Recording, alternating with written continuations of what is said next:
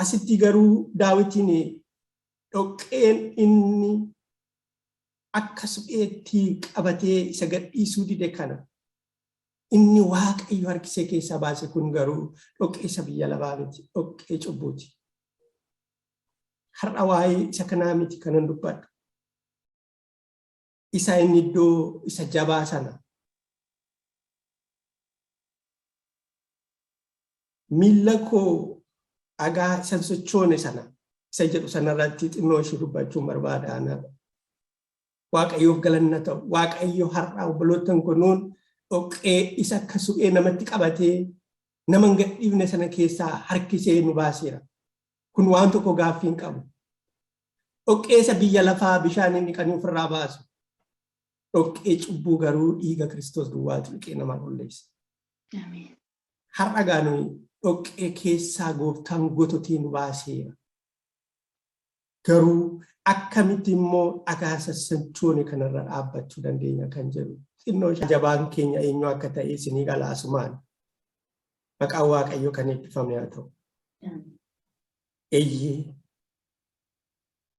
cubbuu dhoqqee irraati kan nama qulleessu dhiiga Kiristoos duwwaa. Isa kanaaf gooftaan keenya Yesuus Kiristoos biyya lafaa kanarratti dhufee gidiramee caccabee tuffatamee hunkutaa'ee bifa dhabee unumti immoo utuma diina isaa taanee jirruutidha. Ol bahee fannoo qaraanii irratti dhiigichi lola'ee suni warra gara isaa dhaqan hundumaa qulleessuudhaaf humna qaba. Akkas jedha Isaayyaas boqonnaas 53 baay'een keenya 3 fi 5 akkana jedha. Inni garuu balleessaa keenyaaf ni waraaname, sababii yakka keenyaatiifis reebame, ni caccabsame. Nuyi nagaa akka argannuuf inni ni adabame, madaa'uu isaatiinis fayyinni nuuf ni argame. Nu hundumti keenya akka hoolotaa karaa irraa bannee turre, adduma addaan karaarraa ni gorre. Waaqayyo garuu yakka hundumaa keenya isarraa ni kaa'ee jira. Eenyuu fi Kiristoos kan inni caccabe, kan inni amma kana salphate jennee yoo ilaalle immoo hundumaaf sababni isaa hundumtuu karaarraa goree ture. Hundumtuu karaa ofiisaarra fiiga. Hundumtuu karaa Waaqayyo gadhiiseera. Waaqayyoof galanna ta'u. Isa kana gaanu hannuyi waaqessinu. Isa kana gaanu kan nuyi halkaniif guyyaa yeroo hundumaa faarfannu. Yeroo hundumaa jajannu kan nuyi yeroo hundumaa ittiin aadannu sababni isaas biyya lafaa kanarra kan akka isaa namaa ta'u tokko illee hin jiru waan ta'eef. Maqaan Waaqayyoo eebbifamu. Iyyuu dhoqqee akka suphee nama qabatu keessaa qabamee harkisuu danda'u hin jiru.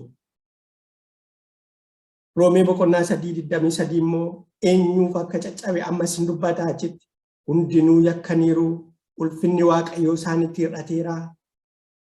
Isaan hundi immoo ayyaana Waaqayyoo isa karaa hafuurri Yesuus Kiristoos tola isaaniif kenname qajeelota ni ta'u. Ni ta'u. Qajeelota ta'aniiru hin jenne asitti ilaalaa. Ni ta'u. Yoom ta'u? Yoo amananii fudhatan.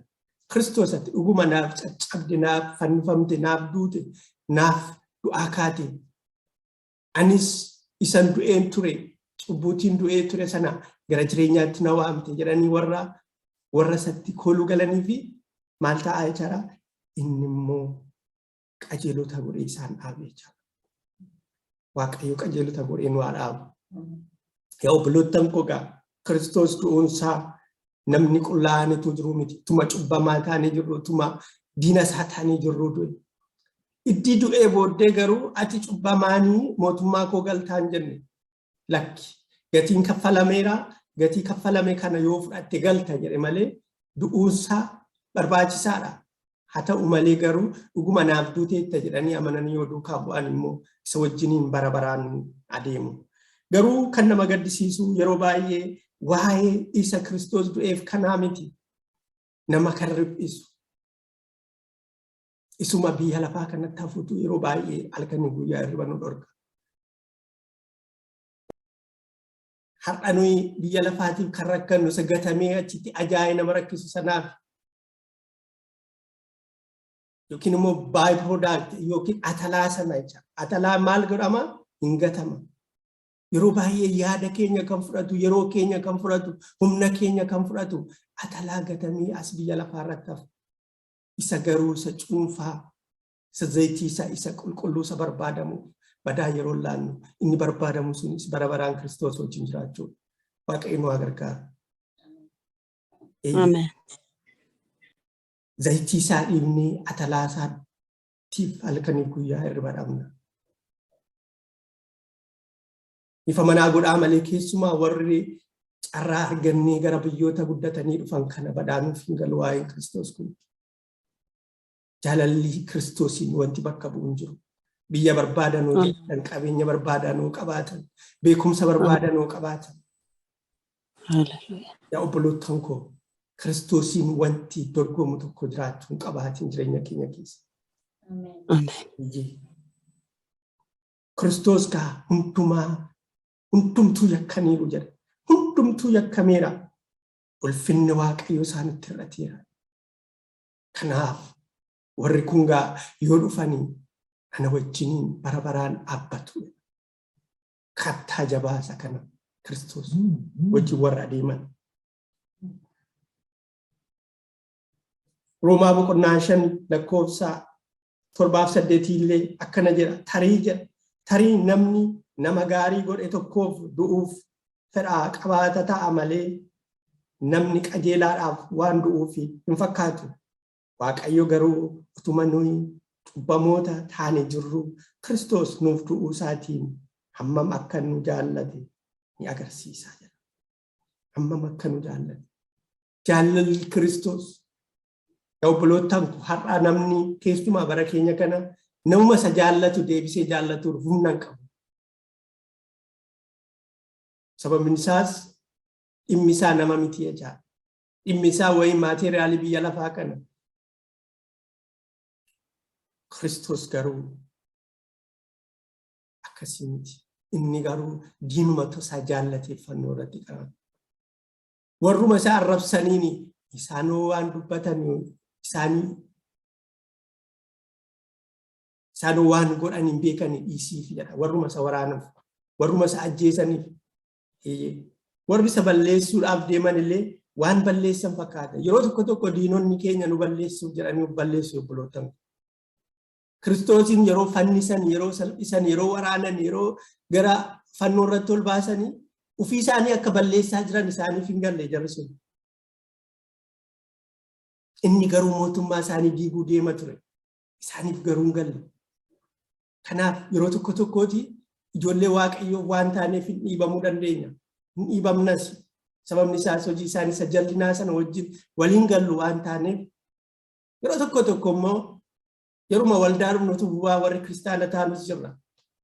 Achitti warruma jalloota wajjin jallina hojjechaa oollaa waa'ee Kiristoosiif nama tokko duran dhaabbannu yoo jarri natu ta'e namna yoo jarri waan barbaadan godhu ta'e waliin dhoofna maaliif isaantu nutti gaddu kana nuuni sun nutti gaddu. Waaqayyo garuu ni Waaqaaf lafa uume nutti gaddu wayya jechuudha. Waaqayyo kana namaa oolchu. Yaa obbolootaan koo kiristaanitiin keenya amanummaan keenya haala namaatti hin tolle keessatti illee jabaatee dhaabachuu qaba. Komproomaayizii gochuu hin qabnu Kiristoosiin. Hamma du'aatti illee yeroo baay'ee nan dubbadha ariifama naa godhaa malee namoonni har'a biyya lafaa kanarraa Kiristoosiif jedhanii guyyuutti kan qalaman jiru. Kiristoosiin hin dhiisu jedhanii namni jallaani jireenyi isaa yeroo hundumaa sodaan guutuudha. Maqaan Waaqayyoo warri Kiristoosiin amanatan malee garuu sodaa malee deddeebi'u. Kan isaan sodaachisu Waaqayyoo duwwaadha. Sodaan egaa Waaqayyoo nuyi keessa jiru sodaa jaalalaati. Sodaa ulfinaati. Malee sodaa Waaqayyoo na cabsana keessa na balleessaa miti. No, nakasii nu keessa hin jiru. Inni kanaan deddeebiina qabamnee taanaan ammayyuu ganaarra deemnee gooftaa fudhachuu qabna jechuudha. Jaalala jechuudha sodaa. Jaalala. Sagalee Waaqayyoo keessaatti jaalala keessa maaltu hin jiru? Sodaan hin jiru. Namni jaallatu waan sodaatu hin qabu. Gaaf tokko sagalee kana jedhu kana namni waaqayyo tokko gaaf tokko akka tokkotti barsiisa. Mucaan haati tokko mucaa ishee mana tokko keessatti yoo abiddi mana sana gube haati sun mucaa ishee sanaaf jetteeti abidda sana sodaattu hin galti. Haadha sana abidda sana mana gubataa jiru sana keessa kan ishee galchu mucaa ishee baafachuudhaaf jaalala ishee mucaa ishee qabdu jechuudha. Waaqayyoof galanna gatamu. Jaalalli Kiristoos warri Kiristoos wajjin adeeman sodaa hin qaban. Cubbuutti illee nan kufaa jedhanii sodaatanii ayyaana Waaqayyoo keessa jiru waan ta'eef humna fooniitiin miti gaa asirratti obboleettiin keenya hojjettuun wangeelaa qabbannee waa'ee hojii hafuura qulqulluu nu barsiisaa turte torbee darbe keessa. Hafuura Waaqayyootiin warri deddeebi'an foon miti foon baay'ee dadhabaadha. Akkuma sagalee Waaqayyoo jedhu hafuurri garuu qophaadha jedha maqaa Waaqayyoo eebbifamu. Karaarra deemuun beeku namni dhoqqee keessatti qabamee jiru. Akka barbaade dhaabbachuu hin danda'u. Garamitti akka ba'u garamitti akka sokosu deebi'uu hin danda'u. Jireenyi lafa gogaarraa fi jireenyi dhoqqee keessaa garaagarummaa hedduu qaba jechaadha. Du'aaf jireenya jechaadha miti dha. Warri dhoqqee cubbuu keessa jiran warra du'aniidha sagalee Waaqayyoo humni isaanii du'aadha. Warri garuu lafa gogaa sana Kiristoos wajjin irraa adeeman agicharra warri dhaabbatan garuu bara baraan isa wajjin jiraatu maqaa Waaqayyoo eebbifamu. Garbichi Waaqayyoo Phaawulos warra Qorontos isa duraa boqonnaa 15 lakkoofsa 88 irrattis akkas jedha. Jaallatamoo obboloottan koo egaa utuu hin socho'in jabaadhaatii dhaabbadhaa. Itti dadhabuun keessan Gooftaa biratti akkasumaan akka hin taane beektanii yeroo hundumaa hojii Gooftaa caalchisaa hojjedhaa jedha. Iddoo kanattis Phaawulos maal jedha? Egaa utuu hin socho'in jabaadhaatii dhaabbadhaa. Jabaatanii dhaabbachuun kan danda'amu dhagicharra yoo dhaabbatan duwwaa. Namni laaqii dhoqqee keessa dhaabbatu dhaabbachuu hin danda'u. Baalaansii isaallee eeguu hin danda'u. Waaqayyoon waa gargaaru. Warra jabaatee dhaabbateti ulfina Waaqayyoo mul'isee darba jechaadha. Asirratti egaa Kiristoos wajjin deemuun gatii nama hin kaffalchiisu jechuu miti. Gatii baay'ee kaffalu namoonni Waaqayyoo. Warra macaafa qulqulluu keessatti barreeffaman duwwaatu hin ta'in har'uma baruma keenya kana namoota Waaqayyoon tajaajilan utuutti sixxanii eenyu jireenya isaanii qo'attanii karaa Waaqayyoo isaanirra keessa isaan dabarsitu gaafattanii akkasii edaa Kiristoos duukaa bu'uun nama jechisiisa. Warri akkasii garuu jaalala addaa qabu Kiristoosiin. Sababni isaas Kiristoosiin haala mijataa keessatti tun ta'e haala mijanne keessatti lafa gogaa keessatti Kiristoos wajjin wal baraniiru. Kanaaf sagalee Waaqayyoo sossobeetan maalan godhe gara lafa gogaatti hin baafadhe. Namni nama sossobu lafa gogaatti nama hin baasu. Lafa lalisaatti nama geessamu garuu leenjisuudhaaf fuudhee deemee jira. Lafa gogaa keessa Kiristoos malee kan biraan jiru. Lafa gogaa keessa as laalanii yoo iyyatan illee kan namaaf dirmatu Waaqayyo malee akka hin jirre. Yaa obboloota koo iddoo waan tokko bukkeetti qabannee Kiristoos wajjin deemuun hin danda'amu jechaadha. Kanaaf lafa gogaatti buusee ishee nuyi ammannee deemne sana nurraati lafa buusa. Kana ta'uu baannaan hamma dhumaatti isa wajjin deemuu hin dandeenyu jechaadha. Kanaaf warri Kiristoos isaan leenjisee dhumarratti gara tulluutti isaan baasu hamma dhumaatti Kiristoos irraa adda ba'an. Iddoo haala mijataa malee iddoo mijanne isaaniin immoo Waaqayyoon beeku. Waaqayyo warra suufii uffatee magaalaa gurguddaa keessa jiraatutti malee lallabamu barkan. Waaqayyoon waa gargaaru. Kana jechuun egaa warri jabaatee dhaabbate duwwaadha jechaadha amma dhumaatti isa wajjin jiraachuu kan danda'u. Asirratti garbichi Waaqayyoo Phaawulos egaa utuu hin socho'in jabaadhaatii dhaabbadhaa kan jedhu sin foonuma keessaniin jabaadhaa dhaabbadhaa jechuu isaa miti kan sin dhaabu hafuurri Waaqayyoo siniif kennamaa jechuu isaati.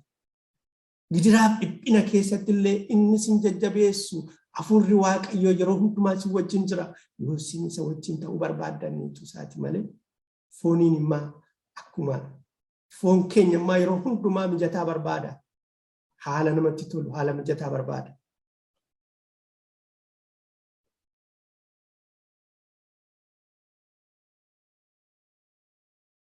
Gooftaan keenya Yesuus Kiristoos iyyuu fudhataman qabu ture bifti isaa akkuma sila dubbise boqonnaa Isaayyaas 53 irratti inni iyyuu nam gatameera jedha. Inni iyyuu gatameera. Farsaa 118:22 akkasumas Maatiyos 21:42 irratti gooftaan keenya Yesuus Kiristoos illee irra deebi'ee dubbateera akkas jedha. Dhagaa inni warri ijaartuun tuffatan isa mataa golee qajeelchu ta'e kun Waaqayyo biratti inni immoo Waaqayyo biratti immoo ija keenya durattis dinqiidha. Maqaan Waaqayyoo eebbifamu. Kiristoos gaanoof kattaa jabaa keenya duwwaatu hin ta'in isarra dhaabbatan mataa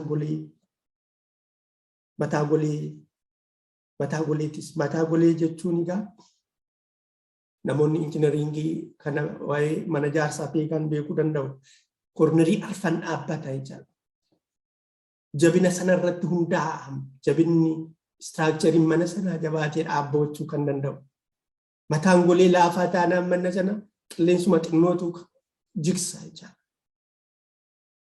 Jireenya keenya keessa kornerii jireenya keenya keessa Kiristoos hin jiru taanaan gatiin qabu.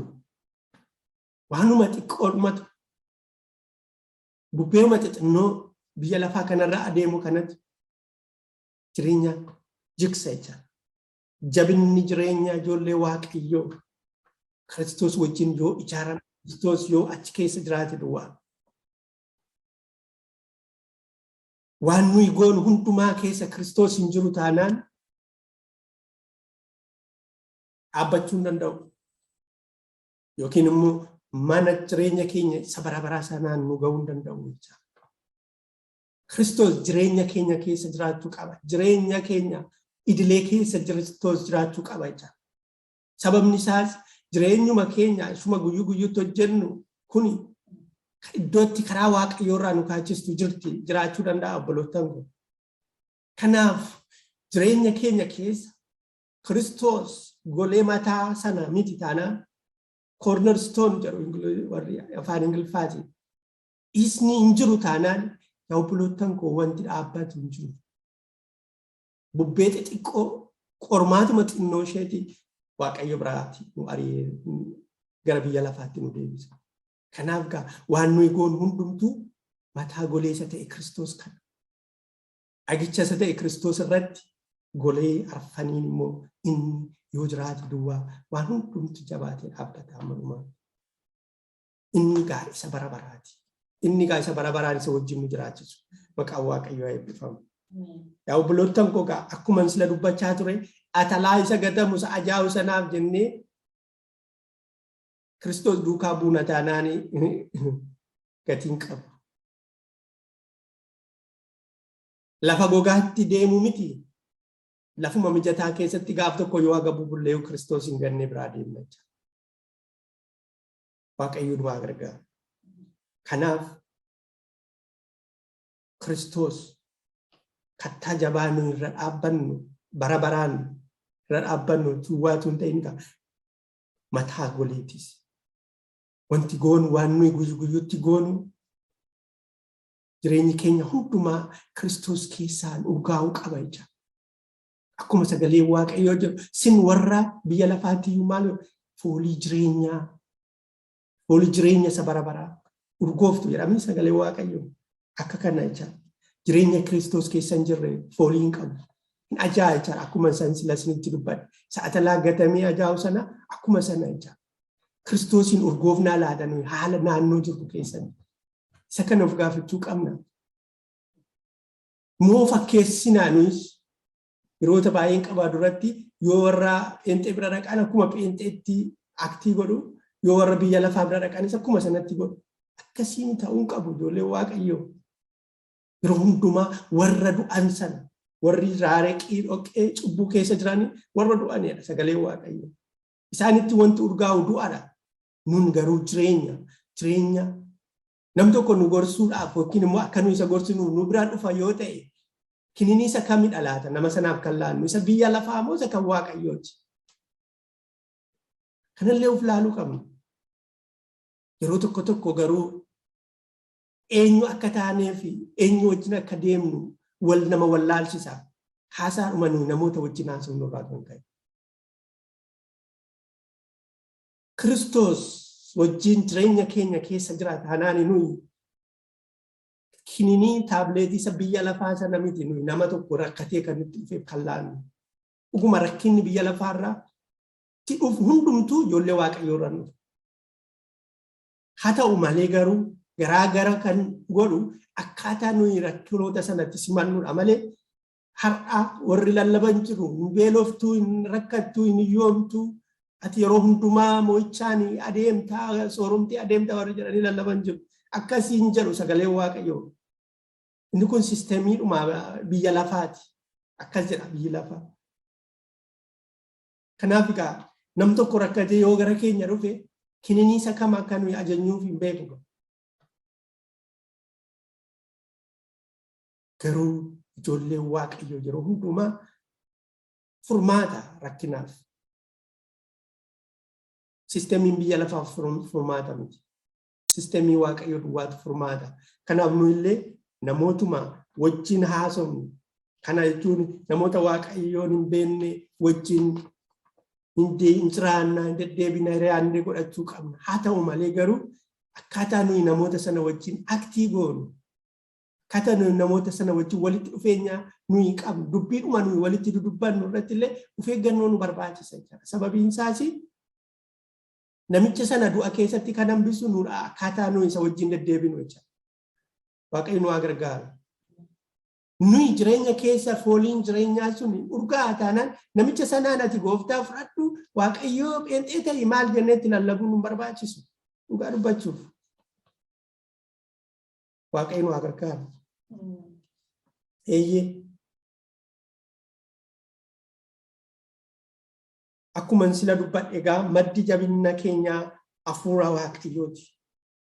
Waaqayyo kan nama jabeessee nama dhaabu. Sababni isaas warra isa kooluutti galan warra isatti kooluu galan Waaqayyo hin dhaaba. Maaliif utuma cubbamtoota taanee jirruutiyyuu kan inni fannoo qaraanii irratti nuuf du'e Kiristoos. Iddii isatti baqanne immoo inni harka isaa keessaatii eenyuyyuu nu baasuu hin danda'u. Namni diina isaa jaallatu mucaasaa akkamiin akkan jaallatu ani hin beeku. Kaleessa diina isaa yeroo turre nu jaallate nu geggeesse. Har'a addii mucaasaa taane immoo ammam akka inni nu kunuunsu ilaalaa garaagarummaa isaa. Maqaan Waaqayyoo eebbifamu.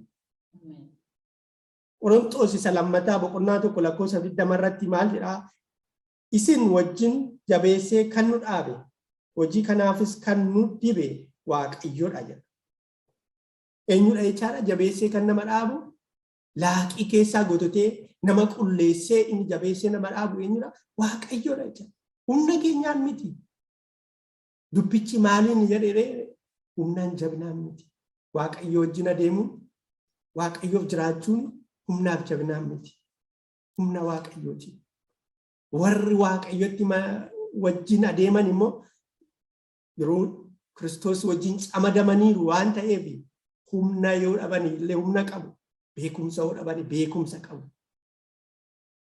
Hubannaa hin qaban ta'e hubannaa qabu. Eenyu isa hubannaa qabu isa humna qabu isa hundaa danda'utti hidhamaniiru. Kiristoos akkuma jedhe kottaa warri ba'aan keessan isinitti ulfaate ana wajjiniin camadamaa jedhe. Yeroo darbe isinitti dubbadheera waa'ee camadanii qotu biyya keenya sangaan camadanii qotu mitire. Sangaa lama wal duukaa harkisu. Sangaa tokkoon iddootti qotan jiru biyya biraa garuu biyya keenya keessatti hin argine. Sangaan kophaa ishee gotattu sun egaa lafa ammam akka ishee dadhabdu ilaala. Warri Kiristoos wajjin camadamanii garuu haala dadhabsiisaa haala rakkisaa keessatti iyyuu Kiristoos itti camadamnaan wanti namatti ulfaatu hin jiru. Yeroo tokko tokko rakkina namoota warra kaaniitu guddatee nutti mul'ata rakkinuma guddaa keessatti jiru. Inni rakkina keenya salphaa nuuf godhe Kiristoosidha malee rakkinni keenya salphaa ta'e miti jechuudha. Maqaan Waaqayyoo eebbifamu. Inni nama dhaabu Kiristoosidha.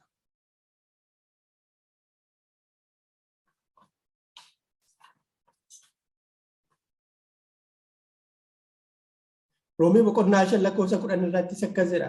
Nuyi ammallee diinota utuma jirru du'a ilma isaatiin Waaqayyotti erga araaramne amma immoo nuyi warri isatti araaramne jireenya isaatii hammam caalaatti ooluuf jirraa jedha.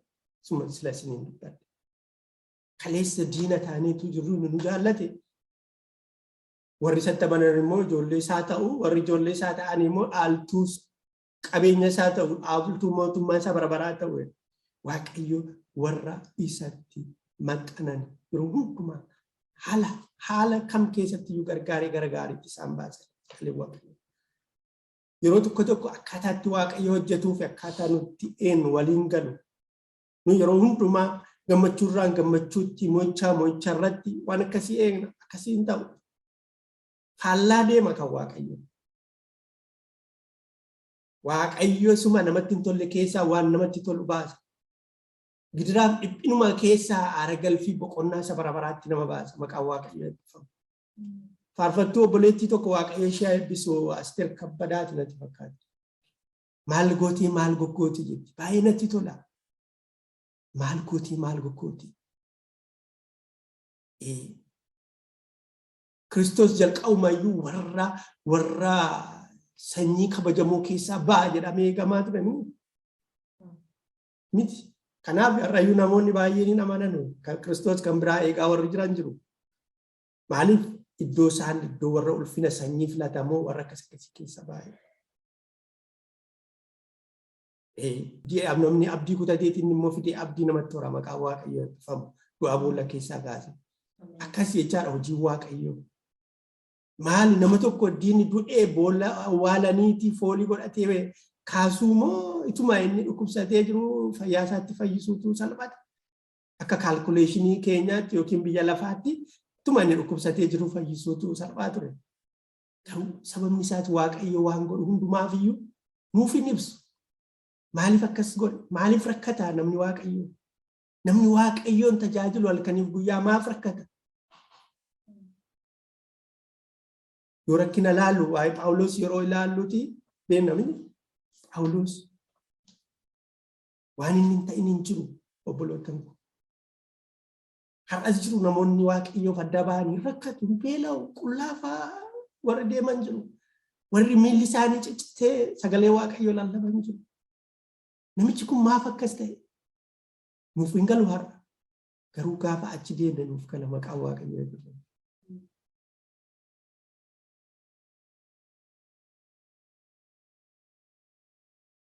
Walumaa galatti gaa Kiristoos kattaa jabaa irratti ijaaramne maqaan Waaqayyoo.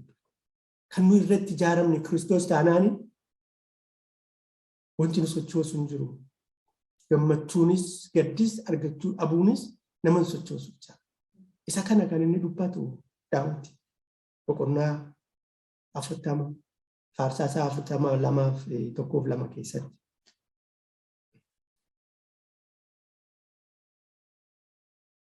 Eegaa akkan sochoonetti immoo gooftaan keenya Yesuus Kiristoos ulaagaa kaa'ee jira. Namni yeroo hundumaa akkan sochooneef maal gochuu qaba? Keessumaa Luqaas boqonnaa 14:25-33 yoo dubbisanne nuuf ibsa tokkoonsaa. Iddoo kanatti waa'ee nama jaallachuu abbaa kee haadhasaa mucaasaa manaasaa yoo ganne malee namni na duukaa yoo fannoo isaa baatee adeeme malee hin ta'u jedha. Akkana jechuun abbaa kee mucaa kee haadha manaa kee jibbii jechuus miti. Lakki mucaan kee haati manaa kee abbaa manaa kee waaqa kee siif hin ta'in jechuusaati. Malee Waaqayyo diina kee yoo jaalladhu jedha malee maatii kee jibbiin jedhu. Waaqayyotti aaneetii kan nu iddoo kennuufi qabnu maatii keenya akka ta'e sagalee waaqayyo nu abbooma. Haa ta'u malee garuu mucaan koo haati manaa koo akkuma yeroo baay'ee dubbadhu jaalala ani waaqayyoof qabu harkaa fudhachuu hin qabu jechuudha.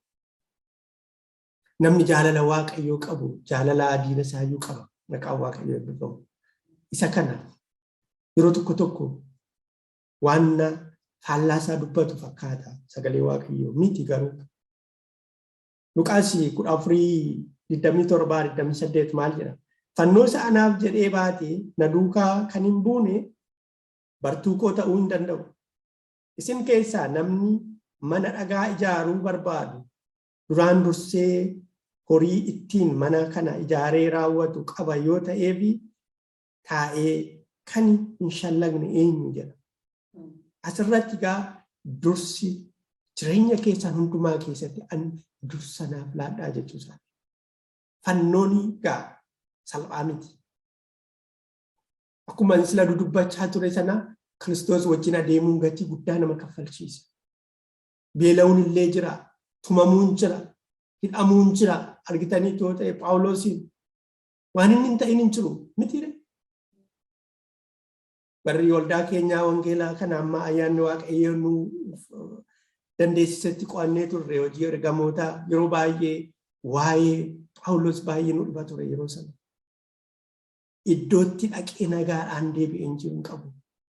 Haa ta'u malee garuu gadi hin ta'in. Gadi hin taa'u gaaf tokko waa'ee waaqayyoo dubbachuu, waa'ee ulfina waaqayyoo dubbachuudhaaf iddoo inni itti callisin jiru. Mootota fuulduratti, warra biyya bishaan duratti. Sababni isaas kattaa jabaasa ta'e Kiristoos irra waan dhaabbateef rukutamuun, jibbamuun, ari'amuun, hidhamuun jaalala Kiristoos irraa adda waa'ee Kiristoos akka inni hin dubbanne sangoon. Kattaa jabaa sanarra jira jechuudha. Warri kattaa jabaa sanarra jiranii hammamoo dhiibaman illee, hammamoo yoo tuffataman illee, hammamoo yoo dararaman illee Kiristoos waa'ee Kiristoos sana dubbachuudhaaf booddee ittiin deebi'an.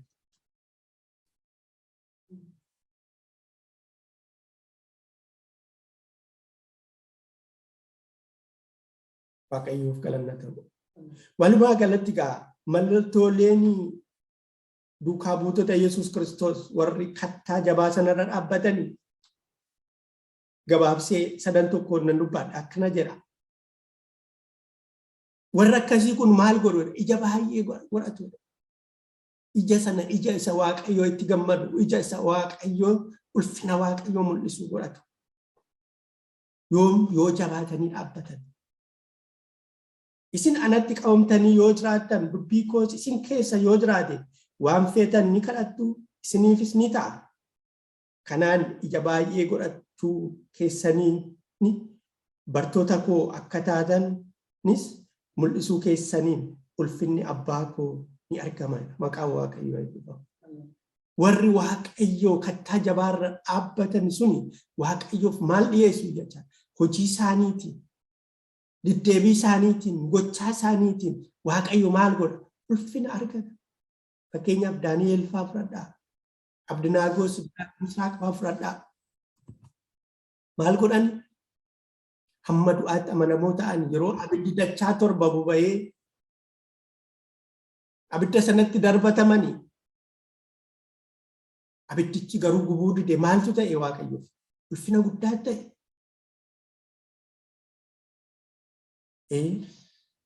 Daani'eel illee akkuma kana waaqayyo waaqa kee waaqessin jedhanii labsii baasanii boolda leencaatti darbatanii waaqayyo ergamaa isaa ergee boollicha leenca sana afaan isaa cufee ganama yeroo dhaqanii Daani'eeliin boolla keessaa baasan maaltu ta'e? Mootichi maal labse? Iddoo lamaanittu waaqni dhugaan isa kana jedha. Maqaan waaqayyoo eebbifamu. Ija baay'ee godhachuun isa waanuma akkasii kana jecha. Soorummaa biyya lafaatiin hin jedhu. No, soorummaa biyya lafaatiif gaaf tokko lallabeen beeku gooftaa Yesuus Kiristoos. Sababni isaa du'e miti kan. Warra beela'aniif nyaata kennee dhugaa. Nam tokko jiraatee waaqayyoon tajaajiluuf nyaachuu barbaachisa. Namni yoo jiraate duwwaadha waaqayyoof bu'aa buusuu kan danda'u. Isa kan koo hojjedhaa nan keessan siniif hojjedhaa. Kana jechuun egaa asirratti waan nuyi hubachuu qabnu nuyi warri waaqayyo taatan yeroo hundumaan dubbadha. Yeroo namoonni baay'ee waan akkanatti lallabu waan ta'aniif ijoolleen waaqayyo yeroo hundumaa waaqayyo jedhanii waaqayyummaa waaqessanii harka isaanii maratanii taa'anii miti. No, ijoolleen waaqayyo yeroo hundumaa warra hojiitti jaboo ta'uu qabu. Phaawulos maal jedhe?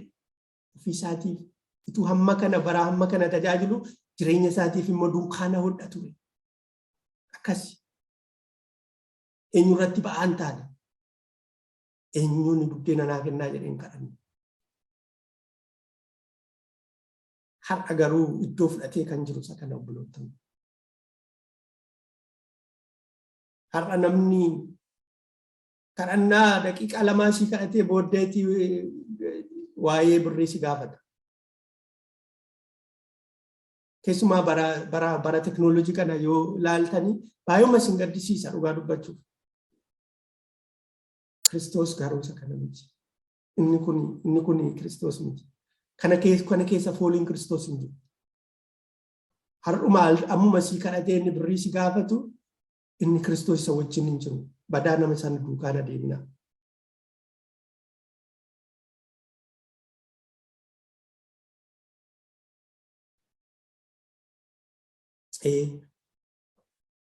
Iddoo nama dubbise dhiifama boqonnaa Yohaannis boqonnaa 15 lakkoofsa 28. Warri Kiristoos irra dhaabbatanii suni jaalala waliif qabu. Jaalala namaa qabu. Jaalalli hammam akka jiru hin beeku. Jaalala haala irratti hin hundoofne. Jaalala isa nama jaallate deebisanii jaallatan miti. Jaalala isuma nama jibbu jaallatan. Inni kun qormaata guddaadha namoota keenya keessumaa amantootaaf. Yeroo baay'ee nuyi warri amantootaa kunis illee nagaa waaqayyoo illee namuma pheenxee ta'e duwwaa isnee gaafanna. Isa kaaniin hiikoo haa jennee uma bira dabarra. Dhugaadha. Jaalalli nuyi namootaaf qabnu wal caaluun qabu. Waan nu godheef waan nu godheefis itoo hin jaalalli isa kana gaa. Inni ituu diina isaa taanee nu jaallatu suni nu illee akkasuma diina keenya warra ta'e illee akka jaallannu barbaada. Ta'uu baannaan sobduudha. Obboleessa kee isa ijaan argitu kan hin jaallanne ana waaqayyoon isa ijaan hin argine akkamitti na jaallattedha sagalee waaqayyoo. Mallattoon nuyi waaqayyoon jaallannu nama isa waaqayyo bifaa fakkeenya isaatti uume jaallachuu. Jibbiin jiru isa bira. Garuu filannoon kan abbaati.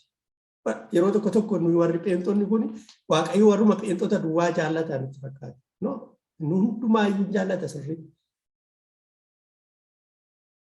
Namicha tokko jira. Keessumaa warri Itoophiyaa kun yeroo dubbata faranjii tokko barreessaa yeroo darbe. Waaqayyos kanuma isaanii duwwaa akka ta'e. Waaqayyo isaan malees nama biraa akka hin jaallanne.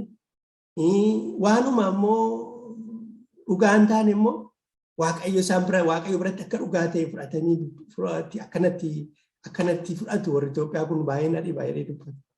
Baay'ee mana dhibena nuyi mataan keenya badaasa kana amma kana hubanne.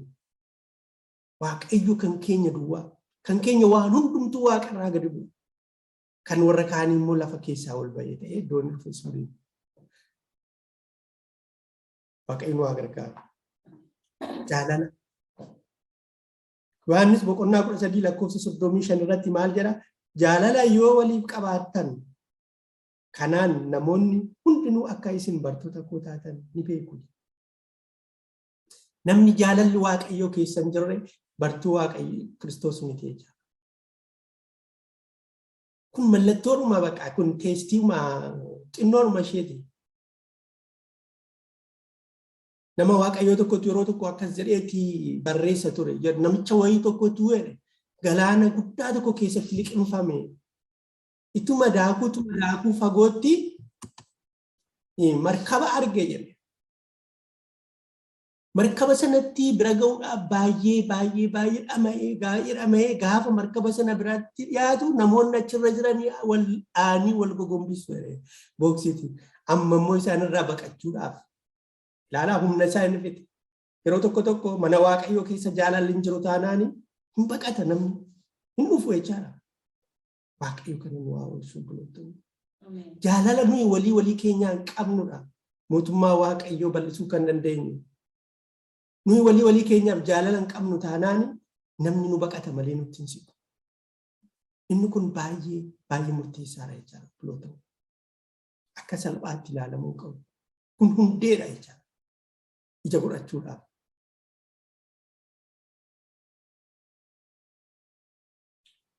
Inni sadaffaan immoo dubbii Waaqayyootti qabamanii jiraachuu.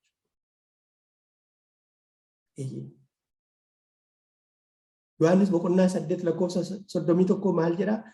Yommus Yesuus Yihuudoota warra isaatti amananiin dubbii kootti qabamtanii yoo jiraattan egaa isin duukaa buutota kooti. Dubbii Waaqayyootti qabamanii jiraachuun ijoollee Waaqayyootiif baay'ee barbaachisaa. Ta'uu baannaan kattaasa jabaa sanarra dhaabbatanii bara baraan mootummaa Waaqayyootti galuun hin danda'amu. Dubbiin Waaqayyoo ulfina qabeessa buloota. Waan hundumaa caalaa dubbii Waaqayyoo ulfina kennuu qaba. Yeroo baay'ee badaan of hin galu. Yeruma kadhatamu, yeruma raajiin dubbatamudha. Gurri keenya kan maqaasa. Yeroo dubbii Waaqayyoo dubbatamu baay'een keenya iddoollaan kana beekama. Keessumaa bara kana dugda duuba iskiriinii gorree maal akka hojjennu Waaqayyo duwwaatu beeka. Warri fiilmii ilaalullee jiraachuu dandeenya. Dubbii Waaqayyoof iddoon kenninu taanaan nuyi Waaqayyoof iddoon laanne jechaadha. Inni kun baay'ee barbaachisaadha obboloota. Namaaf jennee miti Waaqayyo wajjin kan deemnu. Ofii keenyaaf jenneeti. Namni maallaan jedhaa? Namni akkaan pheenxee ta'ee kun hiikan qabu kun gatiin qabu. Waaqayyoof jiraanna taanaan Waaqayyoof adda ba'uun Waaqayyo wajjin hin taanu taanaanis dhiisanii balbalarraati zoor jechuudha. Maaliif gooftaa Yesuus Kiristoos maal jedha? Yookiin ol lixxanii yookiin gadi hin baatanii warra ol galanitti karaa cuftu. Akkuma sila waldaa tokko keessa jaalalli hin jiru taanaan waldaan sun dubbii Waaqayyootti qabamtee hin jiraattu taanaan waldaan sun ija hin qabdu taanaan gatiin qabu jechaadha. Waaqayyo nu gargaara. Waaqayyo nu gargaara buloota. Waaqayyo na gargaari jedheen kadhadhe jedhamiti garbichi Waaqayyo iddoon sana dubbisetti irra deebi'een dubbise. Ani abdii guutuudhaan Waaqayyo nan eeggadhe jedhe. Eeguunis jira. Waaqayyo haala kam keessa galuu dandeenya tuma Waaqayyo wajjin taanu. Garuu Waaqayyoon eeggachuun barbaachisaa. Inni immoo gara kootti jedhee iyya koos anaaf dhaga'ee inni boolla huursaa bishaanii sodaachisaa keessaa dhoqqee akka suphee nama qabatu keessaa harkisee na baasee inni miilla koo dhagaa isa hin sochoonerra anaaf dhaabbachiise ejjenneen koos anaaf ni jabeesse. Waaqayyo nu jabeessa. Waaqayyo kattaa jabaa sanarra dhaabbannaan immoo Kiristoosiif jiraannaan bara baraan isa wajjin warra jiraannu taana. Isaaf illee ulfina wanta nutti kenne qaba Waaqayyo tokko keenya. Isa sanagaa isan sitti kenne sana meetii kootiin maal daldalte jedhee nu gaafata waan ta'eef isa kanan siif daldale yoom yoo jabaanne dhaabbanne Waaqayyo gooftaan nu gargaaru Waaqayyo gooftaa sinaa eebbisu ifa magaatiin ittiin dheeressee waan ta'e asumatti hin dhaaba'anii sagantaa deemsee laadha.